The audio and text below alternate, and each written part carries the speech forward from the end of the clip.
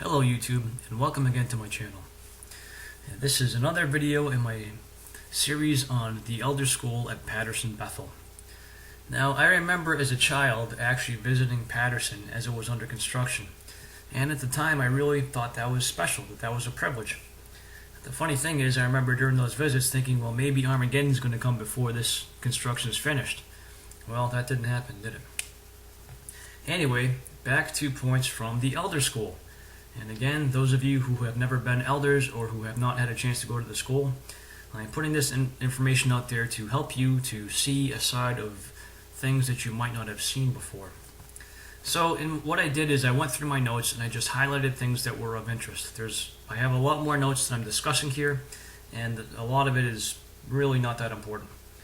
But anyways, getting back into the school, this section was on Jehovah God and our relationship with Him.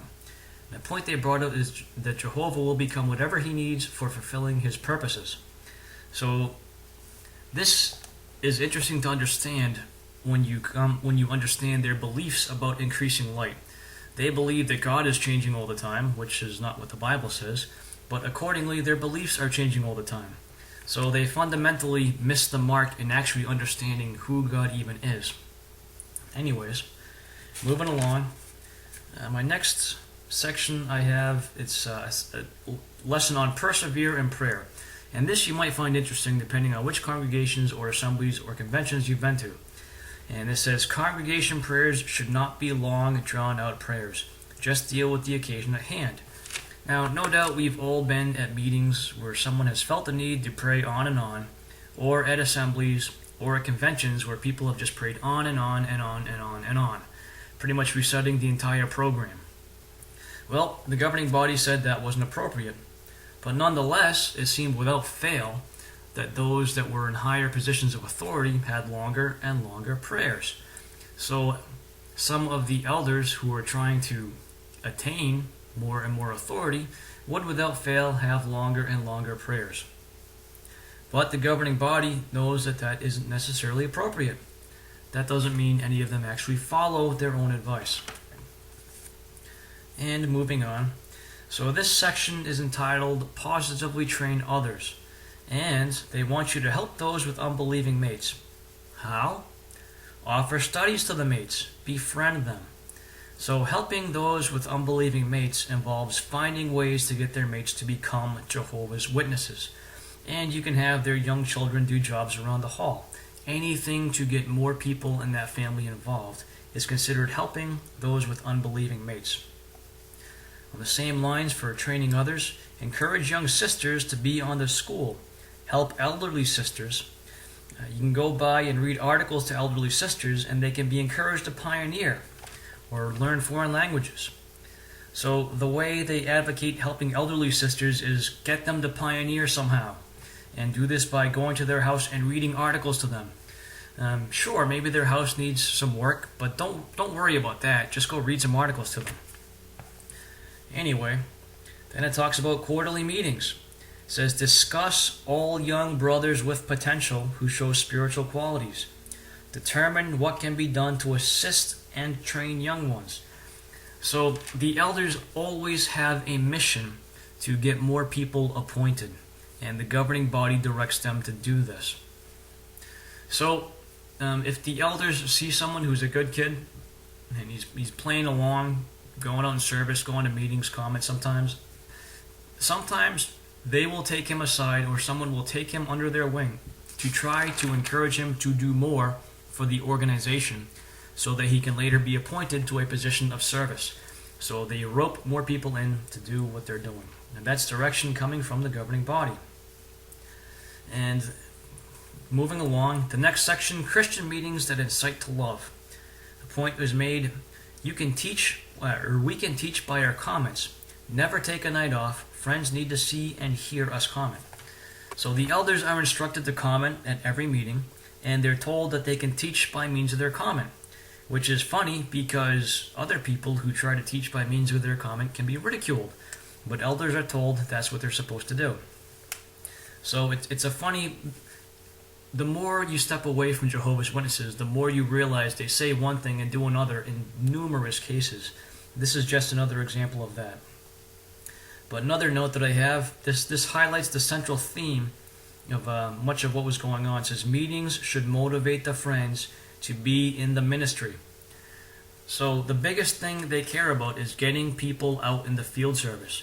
They want the meetings structured such that the meetings will encourage people, or prod them, or guilt them, or make them fearful enough to go in the ministry. Whatever works, just so long as they get out in the ministry. And of course, the meetings have to be tightly controlled. So this is another note from the school. It says, rehearse demonstrations. You need to make sure they are appropriate and encouraging. Rehearsal is done by the brother who has the part. So everybody who has demonstrations on their part is supposed to have them rehearsed in front of them before the meetings, because it's supposed to be very scripted and go a certain way. And I'm aware of some congregations where sometimes the elders want things rehearsed in front of them before the parts are given. But that's not very many, and that's an extremely rare case. But nonetheless, this just shows the level of control that is exercised in what goes into the meetings. So moving along, this section is presiding over your household and shepherding others. So when a disaster strikes, what do brothers need? Well, my notes say, brothers need shepherding after accidents. Accidents and tragedies are as bad as persecution. People need help when there is injustice such as prejudice. So let's put yourself in this situation. A tornado comes and wipes out your house, you happen to survive, and the brothers come, and the first thing they do is spiritually encourage you. Your house is knocked down. The last thing you need to hear is how much God loves you when your house just got knocked down. But if you are one of Jehovah's Witnesses, that is what you are instructed, or what the elders are instructed to do. Shepherd after accidents and after tragedies. Oh, your friend was in a car accident? Well, Jehovah still loves you. Never mind helping the person emotionally or physically to deal with these things. Let's make sure that we go and read them a Watchtower article first. That's the instruction coming from the branch. Then it talks about studying with your own families. You want strong families and family worship. It says the study should fit the family. You want to prepare for the meetings. You want to prepare for field service. You want to practice your singing, and you want to do your text together. So there's a massive program of spiritual study, or rather Watchtower study and preparation, that elders are told to do with their families. So this will take up a lot of their time. You've got your family study, you've got the preparation for the family study, you've got the preparations for the meetings, you've got preparation for field service, you've got practicing singing, you have the daily text which you're supposed to read every day. So there's a lot that goes into that. You are expected, if you are an elder, to be spending a lot of time going over Watchtower literature and indoctrinating that into your family.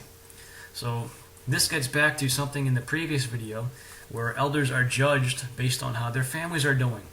So they follow this routine to make sure their families are doing all the right things so the elders are okay. And this section also highlights that parents have to make sacrifices. And that's the way Jehovah's Witnesses view things. As a parent, sure you do, but not the type of sacrifices they're talking about. So the next section, I don't have anything underlined, but I'm going to highlight this. This section to me demonstrates how legalistic Jehovah's Witnesses are. They had a whole entire teaching section, I forget how long it lasted, but it was all about all the covenants in the Bible and how they're related to everything, and how they laid a legal basis for all of Jehovah's actions. Jehovah's Witnesses are very concerned with legalism. They are very legalistic. And this part, in my mind, hammered that home. They showed how the covenants set legal basis for everything from what was given to Abraham when he took possession of the land, all the way down to the Messianic kingdom, and for people to rule with Jesus in that Messianic kingdom.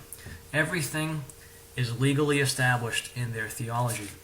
And that legalism carries through in every single thing that they do. So moving further along, this is, I think, in a different section. It's the fear of Jehovah, that is wisdom. And this is a very informative statement. Fear can be a positive force and has its place. Well, if anybody knows how fear can keep people in line, it certainly would be the governing body and the organization. So here they're openly admitting the fact that they do use fear as a motivation. And they tried to motivate the elders to be in fear of Jehovah, more so in a way of being afraid of what's going to happen if you don't do the right thing to keep you in line. So there you have it from the horse's mouth. Fear as a motivating factor. Moving along, this section is entitled Do the Work of an Evangelizer. And here in my notes says all of us should have the missionary or evangelizing spirit. Jobs are to support our evangelizing. This is the central theme of Jehovah's Witnesses. Work is secondary, witnessing is primary. The first thing you do in life is you knock on people's doors to bring them watchtowers and awakes and tell them that Christ has been present since 1914 and that Armageddon will happen at any time, but if they study with Jehovah's Witnesses, they can survive and have panda bears as pets in the New World. That is Jehovah's Witnesses' prime mission. And another thing right out of my notes, where on earth for Jehovah's service? Spiritual food deserves greater attention than physical food. So this shows everything about Jehovah's Witnesses. They are obsessed with their preaching work. They are obsessed with what they consider to be service to Jehovah. And everything else in their life comes completely and totally second. And they filter what is service to Jehovah through the eyes of the organization. So therefore, service to Jehovah becomes preaching from door to door with Watchtower literature. It becomes doing work for the congregation, perhaps building kingdom halls or taking care of kingdom halls, doing work on circuit programs, on regional programs, doing things that benefit the society. That to them is service to Jehovah. So moving along in this section, they bring out, says, from my notes, we can show concern for people. And what is that concern? Our goal is to make disciples. Not just preaching, but teaching. So Jehovah's Witnesses' version of showing concern for people is concern to try and convert them into Jehovah's Witnesses. Any concern Jehovah's Witnesses show for you is aimed at getting you to be one of Jehovah's Witnesses. And that is pretty much the end of the story. And along those lines, my notes say there's no greater cause for joy than having a Bible student progress to baptism. And it talks about how Jesus made the ministry the focus of his life. So all Jehovah's Witnesses care about when they are interacting with other people is getting them to become baptized Jehovah's Witnesses. That is number one in their mind.